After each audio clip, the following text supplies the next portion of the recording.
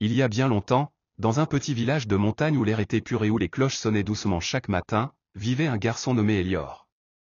Elior avait un problème pas du genre qu'on voit, mais que tout le monde remarquait. Il était toujours en retard. En retard à l'école, en retard au marché, en retard même à sa propre fête d'anniversaire, une fois. Un matin d'automne, vif et frais, son grand-père l'appela dans son vieil atelier. L'endroit sentait le bois de cèdre et le thé chaud. Sur la table se trouvait un étrange bocal en verre clair, haut et mince, avec un couvercle argenté et de petits chiffres gravés autour de son col. « Elior, dit grand-père en tapotant doucement le verre, voici le bocal du temps. Chaque heure de ta journée apparaîtra dedans, mais attention, les heures que tu gaspilleras disparaîtront pour toujours. » Quand Elior emporta le bocal chez lui, il était curieux. À 6 heures pile, la première heure apparut à l'intérieur, elle ressemblait à une bille dorée, lumineuse comme un petit soleil. À 7 heures, une autre bille dorée la rejoignit. Puis à 8 heures, encore une autre. Le bocal se remplissait doucement de lumière. Mais Elior ne changea pas ses habitudes. Il traîna au lit, resta longtemps à rêvasser devant la fenêtre, et se laissa distraire à dessiner sur la buée du verre. Chaque fois qu'il perdait trop de temps, l'une des billes dorées s'assombrissait, puis disparaissait dans un petit pop. L'après-midi venu, le bocal était déjà à moitié vide. Le lendemain, quelque chose d'encore plus étrange arriva. Elior devait rejoindre sa meilleure amie au bord du ruisseau, mais en regardant le bocal, il vit que 3 billes de l'après-midi avaient déjà disparu. Il se mit à courir vers le ruisseau mais son amie repartait déjà.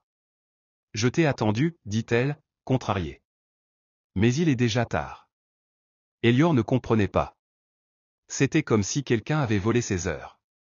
Cette nuit-là, alors qu'il fixait le bocal, l'une des billes restantes se fissura comme une fine couche de glace. De l'intérieur en sortit une minuscule créature, pas plus grande qu'une tasse de thé. Elle portait un manteau cousu avec des cadrans d'horloge, et ses yeux bougeaient comme des aiguilles. « Je suis Nimira, gardienne des heures, dit-elle. Quand tu gaspilles trop de temps, tes heures s'envolent vers la vallée du temps perdu. Tu ne peux pas les récupérer, mais tu peux protéger celles qui te restent. » Elior la supplia de l'aider à retrouver ses heures perdues. Nimira hésita. Une fois perdues, les heures deviennent des ombres. Mais peut-être, juste peut-être, tu peux en sauver une si tu es rapide. Elle l'emmena à travers une porte lumineuse qui s'ouvrait dans le bocal. Ils arrivèrent dans la vallée du temps perdu, un endroit étrange où les heures flottaient comme de petites lanternes ternes, et où de longues ombres murmuraient des regrets. Le livre jamais fini. L'ami jamais revu. Le rêve jamais commencé. Elior aperçut l'une de ces billes dorées, prisonnière d'une liane épineuse nommée distraction. Il tendit la main, mais la liane se resserra. « Coupe-la avec ta concentration », l'encouragea Nimira.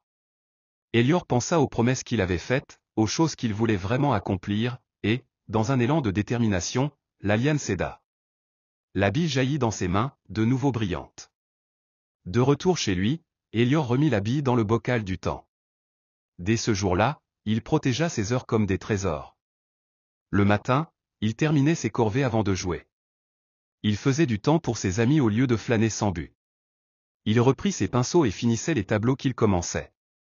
Le bocal ne perdit plus jamais ses billes.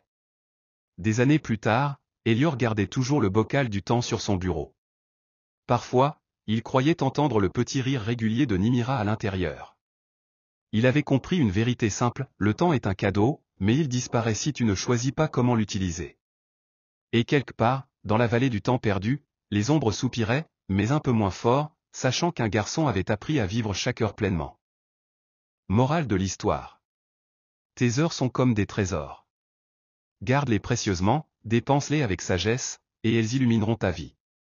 Mais si tu les gaspilles, elles disparaîtront pour toujours.